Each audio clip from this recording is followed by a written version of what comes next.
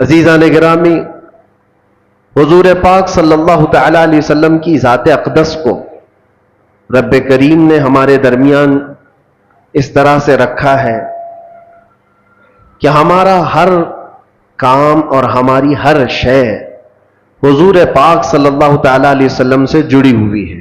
بے شک۔ اسی لیے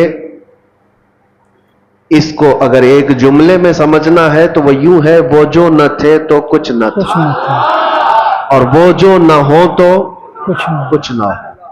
ہماری زندگی حضور کے بغیر کچھ نہیں ہے، اور نہ ہی ہمارے سفر کا کوئی حصہ اور نہ ہی کوئی منزل حضور کے نام کے بغیر ہو سکتی ہے۔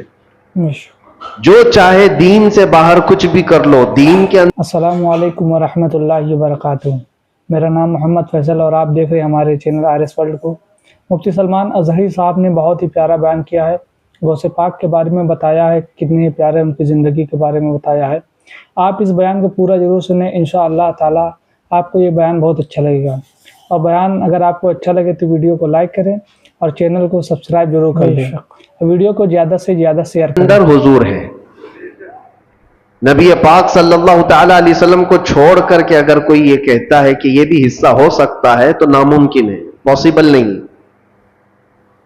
عزیزان گرامی، بے شک اعلیٰ حضرت فاضل بریلوی رضی اللہ تعالیٰ عنہ تو یوں فرماتے ہیں، وہ جہنم میں گیا جو ان سے مستغنی ہوا۔ مستغنی کا مطلب جو کہتا ہے کہ اب مجھے نبی کی حاجت نہیں ہے، اگر مجھے رسول کی حاجت نہیں، ضرورت نہیں، جو یوں کہا وہ جہنم میں گیا جو ان سے مستغنی ہوا۔ ہے خلیل اللہ کو بھی حاجت رسول اللہ کی، ہے خلیل اللہ کو بھی حاجت رسول اللہ کی۔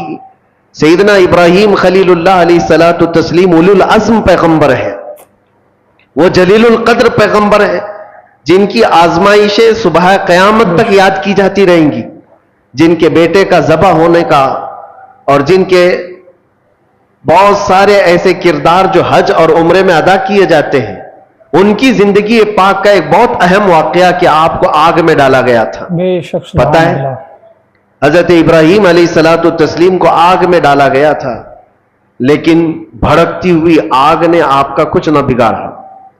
حضرت ابراہیم علیہ السلام صحیح سلامت اس آگ سے باہر آئے۔ آپ کو پتہ ہے، مفسرین فرماتے ہیں وجہ یہ ہے کہ ابراہیم علیہ السلام کی پیشانی میں اس وقت نور محمدی جگمگا رہا تھا۔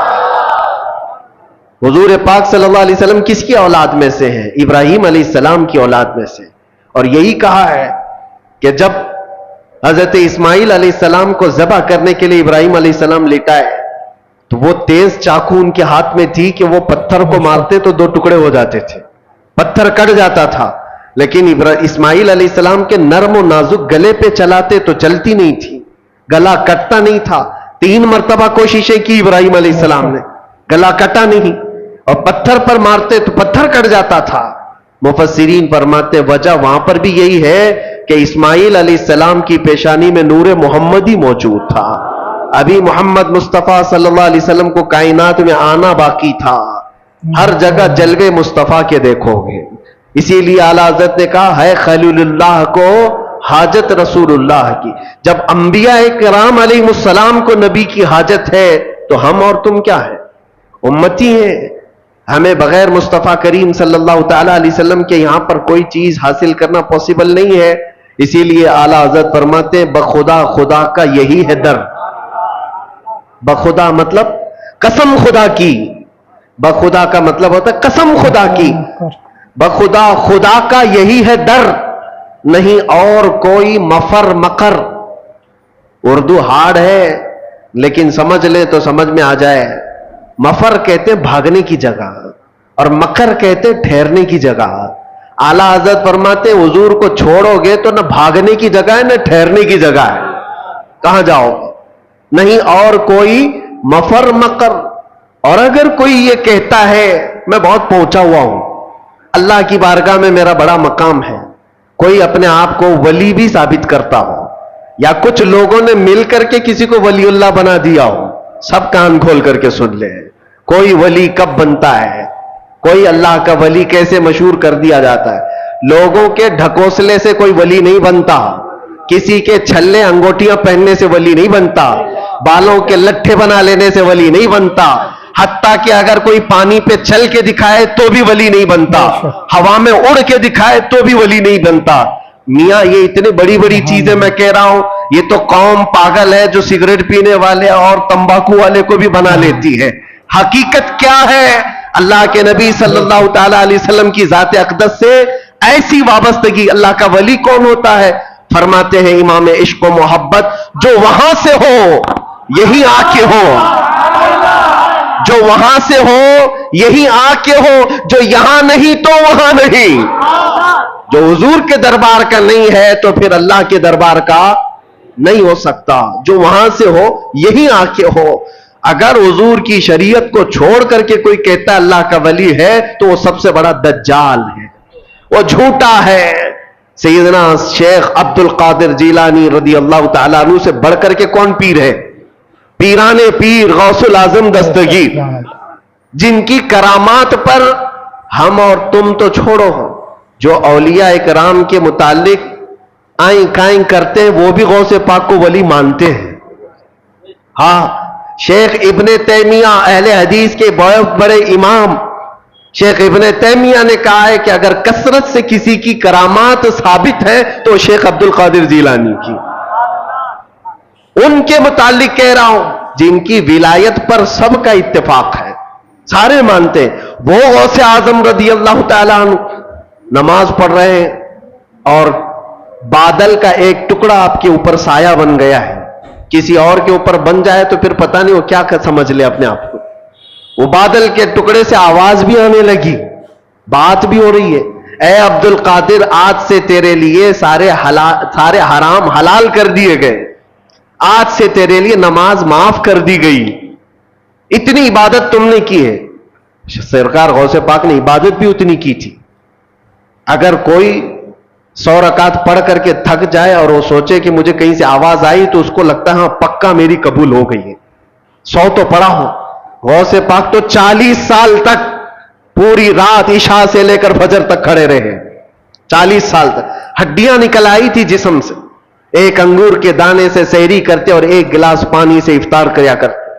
اور اتنی کثرت سے عبادت کے بعد اگر آسمان سے آواز آئے تو بندے کو یقین ہو جانا چاہیے کہ میری تو عبادتیں اتنی ہیں, ہو سکتا ہے ڈائریکٹ میرے پاس اللہ کی طرف سے بات آ رہی. لیکن غوث پاک کی طرف آواز آئی بادل کے ٹکڑے سے, اے عبد القادر آج سے تیرے لیے نماز معاف ہے, سارے جتنے تمہارے لیے حرام چیزیں تھے حلال ہو گئی. غوث پاک نے جلال میں کہا یہ آواز رحمان کی نہیں, یہ شیطان کی ہے. کوئی چیز کسی کے لیے قیامت تک حرام حلال نہیں ہو سکتی جس کو میرے مصطفیٰ نے حرام کیا ہو. جو نبی پاک نے حرام کر دیا وہ قیامت تک کے لیے حرام ہے, کسی کے لیے حلال نہیں ہو سکتی. اس میں عبد القادر جیلانی کیا اور کوئی اور کیا. غوث پاک فرماتے یہ آواز شیطان کی ہے. اور دوسری چیز, آج سے میرے لیے عبادت معاف ہو گئی. غوث پاک فرماتے ہیں جو سید الانبیاء کے لیے نماز معاف نہیں ہوئی تو عبد القادر کے لیے کیسے ہو سکتی. یہاں تو بہت سارے ایسے ہی بیٹھے ہوئے ہیں, یہاں بیٹھے ہیں اور تصور میں نماز پڑھ رہے ہیں اور دیوانے لوگ بھی ان کے پیچھے بھاگے جا رہے ہیں. سوچو تو صحیح, نبی پاک صلی اللہ علیہ وسلم کو چھوڑ کر کے اگر تم چاہتے ہو, کچھ لوگوں نے ایسے گمراہ کر رکھا ہے لوگوں کو. یاد رکھنا میرے عزیزو, ولایت کی کسوٹی شریعت مصطفیٰ ہے. حضور کو چھوڑ کر کے کوئی ولی نہیں بن سکتا. ولایت وہی ہے جو نبی پاک صلی اللہ تعالی علیہ وسلم کے نقش قدم پر چل رہا ہو. پیر ہو تمہارا, ولی ہو کوئی, ایسے کا دامن آنکھ بند کر کے تھام لینا جو تمہیں آنکھ بند کر کے سیدھے مدینے پہنچا دیتا ہو, حضور کی محبت تمہارے سینے میں ڈالتا ہو. باقی جھولا چھاپ ہے سب, باقی سب چندہ چھاپ ہے. دنیا میں ایسے ڈھکوسلے بہت ہوں گے. شیطان خضر کے لباس میں گھومتا ہو, اس کے پیچھے آنکھ بند کر کے بھاگنا تمہارے لیے بڑا خطرناک ہے. غوث پاک رضی اللہ تعالیٰ عنہ نے فرمایا جو عبادت اللہ کے نبی سید الانبیاء کے لیے معاف نہیں ہوئی میرے لیے کیسے معاف ہو سکتی. یہ شیطان کی آواز ہے, یہ شیطان کی آواز ہے. بادل کے ٹکڑے سے شیطان آواز دے سکتا ہے, بادل کے ٹکڑے سے شیطان آواز دے سکتا ہے. تو پھر کسی کی چٹھی نکال کے کیوں نہیں دے سکتا؟ آج کے دور میں لوگ یہ سمجھتے ہیں چٹھی نکالتا ہے بابا اور سب ہمارے راز جانتا ہے. میاں شیطان بہت کچھ کر سکتا ہے. ابھی بڑا دجال جب آئے گا وہ تو بارش بھی برسا کے دکھا سکتا ہے, سبزہ اگا کے بھی دکھا سکتا ہے. حدیث پاک میں وہ بڑا دجال تو مردے کو زندہ کر کے بھی دکھائے گا. لیکن تمہارے ایمان کا امتحان ہوگا. ہر گھڑی تم یہ دیکھو, یہ سارے عجائب دیکھ کر کے پاگل نہ ہو جانا, اپنے نبی کو یاد کرنا, میرا خدا رب العالمین ہے, اللہ رب العزت ہے. اور اب آپ کو میں بتاؤں, غوث پاک رضی اللہ تعالیٰ عنہ پر دوسرا حملہ کیا شیطان نے. کہا عبد القادر اتنا پڑھے لکھے ہو تم, اتنا پڑھے لکھے ہو, اگر اتنا پڑھے لکھے نہیں ہوتے تو آج تو میں. اگر مفتی صاحب کو یہ بیان آپ کو اچھا لگا ہو تو ویڈیو کو لائک کر دیں, چینل پہ نئے ہیں تو چینل کو سبسکرائب ضرور کریں, اور اس ویڈیو کو زیادہ سے زیادہ شیئر ضرور کریں تاکہ یہ ویڈیو ہر مسلمان ضرور دیکھیں.